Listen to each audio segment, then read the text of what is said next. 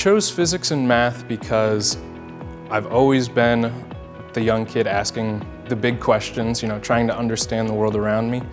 And physics felt like the lens that I needed to use to explore the world around me, and math is going to be the language that you use to do that. So my field of study being astronomy, what makes me passionate about it is just there's so much to learn.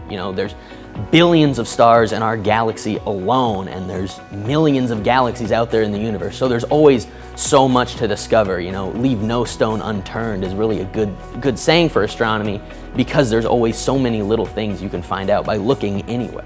Valpo has done a great job preparing me for my future career, especially in terms of the experiential learning we do in the physics department.